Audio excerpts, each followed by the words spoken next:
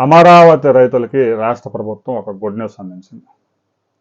అమరావతి రాజధాని ఫస్ట్ ఫేజ్లో భాగంగా 29 గ్రామాల్లో 34,000 ఎకరాల్లో ప్రభుత్వం భూమిని ల్యాండ్ పూలింగ్ ద్వారా తీసుకున్న విషయం అందరికీ తెలిసింది.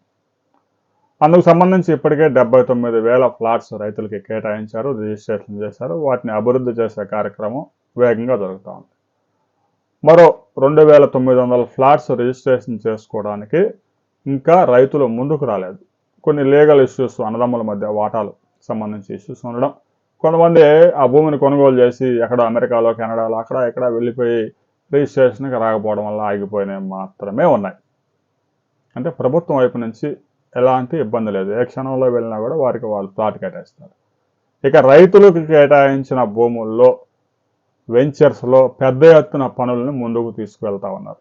ఇప్పటికే రైతులకు కేటాయించిన ఫ్లాట్స్లో అండర్ గ్రౌండ్ డ్రైనేజీలతో పాటుగా అండర్ గ్రౌండ్ విద్యుత్ వ్యవస్థ, అండర్ గ్రౌండ్లోనే గ్యాస్ సరఫరా, ఇంటర్నెట్ సరఫరా, ఈ విధంగా డెక్కులన్నీ నిర్మించి ప్రతి ప్లాటు పూర్తి మౌలిక సదుపాయాలు ఉండే విధంగా, ఇమ్మీడియట్గా ఇల్లు నిర్మించుకున్నా కూడా దానికి అవసరమైన అన్ని సదుపాయాలు ఇచ్చే విధంగా సిఆర్డీఏ రాష్ట్ర ప్రభుత్వం పెద్ద ఎత్తున టెండర్స్ పిలిచి పనులు వేగంగా జరిపిస్తూ ఉంది.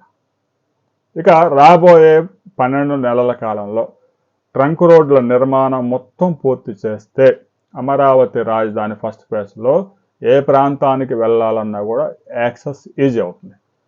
ఈ క్రమంలో పనులు బాగా వేగం పుంజుకున్న సమయంలో ఇక వర్షాకాలం ప్రవేశించడంతో పనులు కొంత మందగించే అవకాశం స్పష్టంగా కనిపిస్తూ ఉంది. ప్రస్తుతానికైతే అలాంటి ఇబ్బంది లేదు. ఇప్పుడిప్పుడే ఋతుపవనాలు ప్రవేశిస్తున్నాయి కాబట్టి జూన్లో అలాంటి ఇబ్బంది రాకపోవచ్చు. ఇక జూలై, ఆగస్టు, సెప్టెంబర్ మాసాల్లో అమరావతి రాజధానిలో పనులు చాలా వరకు మందగించే అవకాశం ఉంది. కొన్ని పనులు అయితే నిలిచిపోయే ప్రమాదం కూడా ఉంది. ఇక పాలవాగు, కొండవీటి వాగు ప్రవాహానికి అడ్డంకులను తొలగిస్తూ ఉన్నారు. ఆ వాగులతో పాటుగా అమరావతి రాజధానిలో 69 బ్రిడ్జిల నిర్మాణం ఇప్పుడిప్పుడే మొదటి దశను దాటుకొని రెండో దశలోకి ప్రవేశిస్తూ ఉంది. మరో 3 నెలల వరకు అక్కడ పనులు పెద్దగా వేగంగా జరిగే అవకాశం లేదు. ముందుగానే సిఆర్డీఏ రాష్ట్ర ప్రభుత్వం కూడా జూలై, ఆగస్టు, సెప్టెంబర్ మాసాల్లో పనులు జరగకపోవచ్చు అనే ఉద్దేశంతోనే టెండర్స్ కూడా కాల్ చేశారు. సంవత్సరం మొత్తం మీద 9 నెలలు మాత్రమే పనులు జరుగుతాయి అనే ఉద్దేశంతోనే టెండర్స్ కాల్ చేశారు. కాబట్టి పనులకు ఎలాంటి ఆటంకం లేకుండా ఏదైతే గడువు ఇచ్చారో గడువు లోపుగానే పూర్తి చేసే విధంగా ఇప్పటికే ప్రభుత్వం చర్యలు తీసుకుంది. ఇక రైతు సోదరులకు సంబంధించిన ఒక వెంచర్లో పూర్తిగా మౌలిక సదుపాయాలను డెవలప్ చేశారు. అలాగనే అన్ని వెంచర్స్లో డెవలప్ చేసేందుకు సిఆర్డీఏ టెండర్స్ ఇప్పటికే పిలిచింది, పనులు కూడా ప్రారంభించబోతా ఉన్నారు. దీనికి సంబంధించి సిఆర్డీఏ ఈరోజు ఒక కీలక ప్రకటన చేయబోతా ఉంది. ఇప్పటికే ఫేజ్ 2లో 7 గ్రామాల్లో భూసేకరణ వేగంగా జరుగుతూ ఉంది.